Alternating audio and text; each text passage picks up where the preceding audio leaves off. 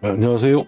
역학방송 사주명리학 기초강의 31번째 시간 지지에서 이제 신금에 대한 설명을 한번 드려보도록 하겠습니다. 자, 어느덧 이제 자축인묘 진사 오미까지 했고요. 이제 신금에 대해서 설명을 드리는 시간인데요. 자, 우선 그 화면에 보시면은 이제 신자가 두 개 나와 있죠. 하나는 이제 우리가 익히 알고 있는 해서의 정자로 쓴 글자고요. 그 옆에 있는 글자는 이제 과거에 아주 오래전에 이제 소전이라고 불리는 자양의 아주 오래된 형태인 모양으로 이제 소전이 하나 나와 있죠. 그래서 이 상형된 모양이 이렇게 보면은 크게 변천된 것 같지는 않은데 그래도 내부적인 뜻을 한번 살펴보면은 상당히 여러 가지 변화가 있었던 것을 우리가 알 수 있습니다. 한번 이제 자세하게 설명을 드려보도록 하겠습니다. 자, 우리가 이제 신이라고 하는 것은 이제 신금이죠. 오행을 붙이면 금이 되겠죠. 그래서 이제 이게 양의 금이죠. 지지에서. 그다음 우리가 이제 한자적으로는 보통 이제 별신자 이렇게 보기도 하고요. 부르기도 하고요. 신이라고 읽기라고 발음하는 뜻은 이제 뭔가를 펴다. 펴다 이런 의미가 있어요. 그래서 과연 무엇이 펴질까요? 그런 생각을 한번 해볼 필요가 있겠죠. 구성을 보게 되면 이렇게 길게 뻗쳐 있는 글자 하나하고 그 주위에 이제 네모나게 생긴 것이 이제 요렇게 생긴 것입니다. 그래서 이것은 이제 깍지국이라고 깍지를 낀 모양의 국이다. 그래서 이 사람이 손가락을 서로 이렇게 교차해서 깍지를 낄 때 그 모양이고요. 이거는 이제 예자라고 부르는 것이죠. 그래서 뭔가 이제 길게 늘어지다. 쉽게 말하면 이제 커지다 그런 뜻이죠. 그래서 뭔가가 커진 것을 감싸죠. 감싼다. 그러면서 이것이 펴진다. 이런 뜻을 동시에 갖고 있습니다. 그래서 이제 설문회자의 내용에 있는 여러 가지 그 고서에서 이제 그 연원을 찾아보면요. 사기나 율서, 한서, 그다음 회남자 등 여러 가지 그 연원을 찾아보게 되면 이 신자는 원래 이제 이 신자가 이게 신인데 원래 이 신에서 이제 갔다 그런 얘기가 있습니다. 그래서 과거에는 이 신자가 저 신자를 나타내는 이 의미가 있었는데 이제 바뀐 것이다 이렇게 이야기하는데요. 자, 그러니까 뭔가가 좀 커지면서 그래서 가장 기본적으로는 음의 기운이죠. 음의 기운이 커지면서 커지다. 그래서 그것을 감싸죠. 그러면서 그것을 펴지게 만듭니다. 그러면서 이 과정에서 음기가 점차 오므러졌다 펴졌다 하면서 뭔가의 이제 몸을 이루면서 구체화된다. 구체화되다. 그렇게 되면 우리가 보통 어떻게 됩니까? 음력 7월에 다 해당되는 신이라는 것은 다음 달 6월이 되면은 이제 추석을 맞이하게 되면 모든 오곡백과가 결실을 맺죠. 그래서 이 몸이 펴지면서 감싸고 커지면서 음기가 그간 양의 기운을 받아온 음기가 드디어 결실을 맺어가기 시작하는 시작 단계다.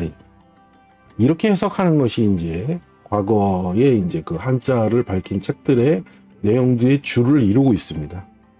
그래서 이제 이런 것을 봤을 때 이제 드디어 가을로 접어들면서 성장을 멈추기 시작하면서 뭔가 이런 식물들이 결실을 맺어가기 시작하는 그런 단계다. 이렇게 아마 설명을 자연적으로 하는 것 같습니다. 자, 그래서 이제 우리 이 기둥표를 보시게 되면 연지죠. 연지인 곳에 이제 신이 놓이면 신년이 되죠. 신년. 그럼 우리가 아까 말씀드린 대로 원숭이 띠다. 혹은 잔나비 띠다. 자, 그래서 왜 원숭이가 배속됐느냐? 바로 이제 신 다음에 보면 이제 유달이 되면 구체적인 결실을 이루기는 달이기 때문에 이제 그 전 단계로서 아직까지는 온전한 결실을 이루지 못한 단계를 나타내는 달이다. 그런 상징성이 있다. 그래서 아마 유가 되기 전에 금의 속성, 결실의 속성이 이제 드디어 오므렸다 펴졌다 하면서 음기가 커지면서 그것을 감싸서 좀 더 구체화시키는 단계, 그것이 이제 원숭이라는 동물을 배속하게 된 그런 원인이 아닐까 이렇게 한번 생각을 해봅니다. 그러니까 원숭이라는 것은 구체적으로 그냥 인간과 가장 닮은 영장동물인데 그렇다고 사람은 되지 못한 것이죠. 그러니까 이제 사람 되기의 전 단계. 그래서 원숭이가 가장 그것과 유사다. 구체적인 어떤 몸을 이루는, 음이 구체적으로 몸을 이루는 것처럼 구체적인 만물의 영장인 사람의 전 단계, 원숭이를 비유한 것이 아닌가? 뭐 이렇게 한번 생각을 해볼 수가 있을 것 같아요. 자, 그래서 이제 동양에서도 보통 원숭이를 이제 그 아주 사람 뺨칠 정도로 능력이 있고, 그 다음에 이제 그 섬세한 동물이다. 그래서 불교에서는 굉장히 그 숭상시하는 그런 인물이, 그런 동물이었죠. 그래서 뭐 서유기에 나오는 선호공도 원숭이지 않습니까? 그래서 원숭이가 뭐 건강이나 뭐 수호의 힘 이런 것이 있다고 우리가 민속적으로 전승돼 왔던 것도 사실이죠. 그러나 이제 우리나라에서는 유독 우리나라에서 이제 원숭이가 잘 없는데요. 그러나 어쨌든 원숭이란 동물을 이게 배속하게 된 것은 이제 과연 그러한 설화 또는 풍수, 문화적인 속성 이런 것들이 전해지지 않았나 싶어요. 자, 그 다음에 이제 연지 놓고 이제 월지로 가게 되면요, 이제 신월이 되겠죠. 신월이 되겠습니다. 신월이 되면 음력 7월이죠. 음력 7월이 되겠어요. 자, 그 다음에 절기상으로 보면은, 입추하고, 처서가 되나? 입추하고 처서가 되겠죠? 네, 입추하고 처서가 되는 거죠. 그래서 절기상으로는 입추하고 처서가 됩니다.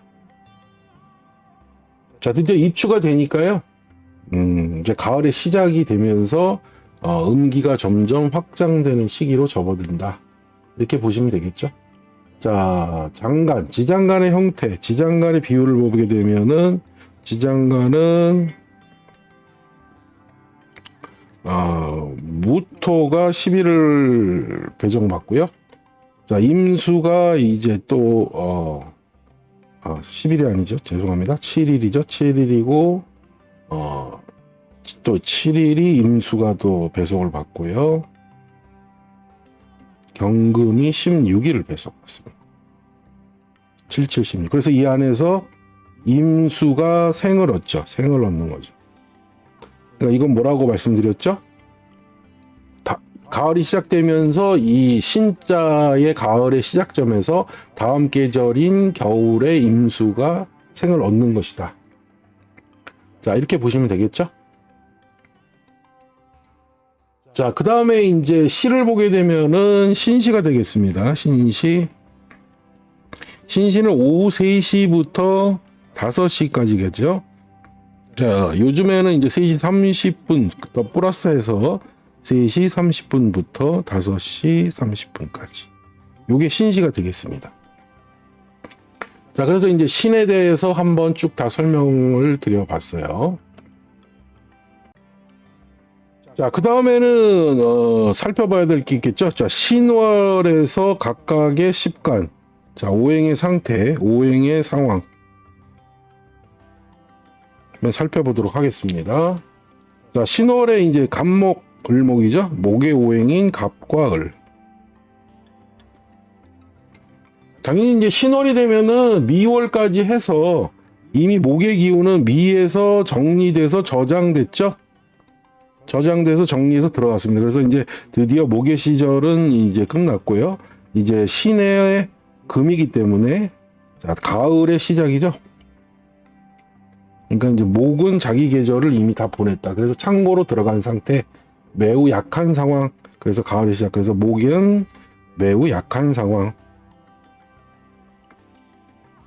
자, 그 정도로 정리해두면 큰 문제가 없겠죠. 자, 그 다음에 이제 화의 오행들은 어떨까요? 화의 오행들. 병화와 정화겠죠.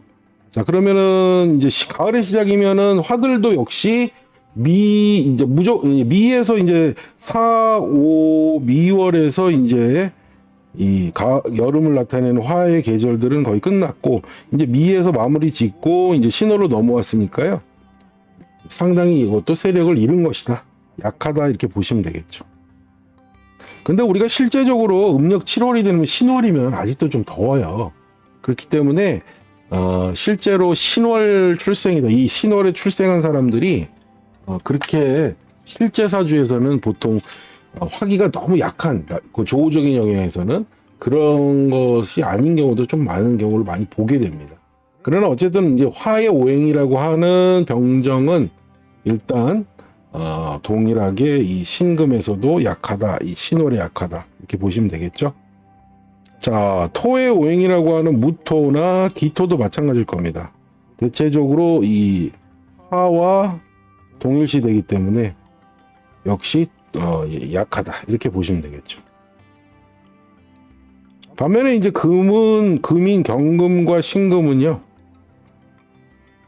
이것은 자기 계절이죠. 자기 계절을 만났으니까요, 당연히 기운이 매우 왕한 것이죠.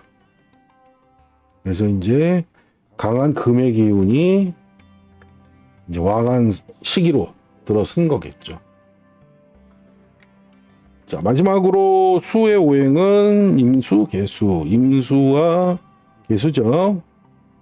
자, 물론 이제 임수와 계수는, 물론 아까 말한 것처럼 임수는 아까 신에서 생을 얻는다 그랬죠? 생을 얻으니까 힘을 얻기 시작했고요.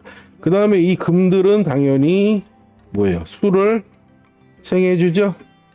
금생수 해주니까 이런 생의 도움을 받는 시기다. 생기를 얻어가기 시작하는 시기다. 이렇게 보시면 큰 무리가 없을 것 같습니다. 자, 그렇게 해서 신금 지지에서 설명할 내용들을 이제 각각 설명드렸고요. 각 자리별로 필요한 부연 설명들도 한번 말씀드려봤습니다. 우리가 보통 좌축, 임묘, 진, 사, 오, 미, 신 이렇게까지 왔지 않습니까? 그러니까 보통 이 정도 오면은 우리가 두루두루 공부를 좀 어느 정도 했기 때문에 이제 계절별로 어떤 글자들이 해당되는지도 이제 아시죠? 그래서 봄은 임묘진, 여름은 사오미, 가을은 신유술, 겨울은 해저축 이렇게 된다는 거 아시고요. 그 다음에 각 계절은 3개의 지지씩 배속이 되어 있는데 첫째 달은 첫째 글자는 자기 계절의 시작을 알리고 임묘진이라면 인에서 그러면 이제 항상 그 계절은 다음 계절이 미리 생을 얻는다 정도는 이제 아시겠죠. 그래서 첫째 달은 이제 생지가 되고요.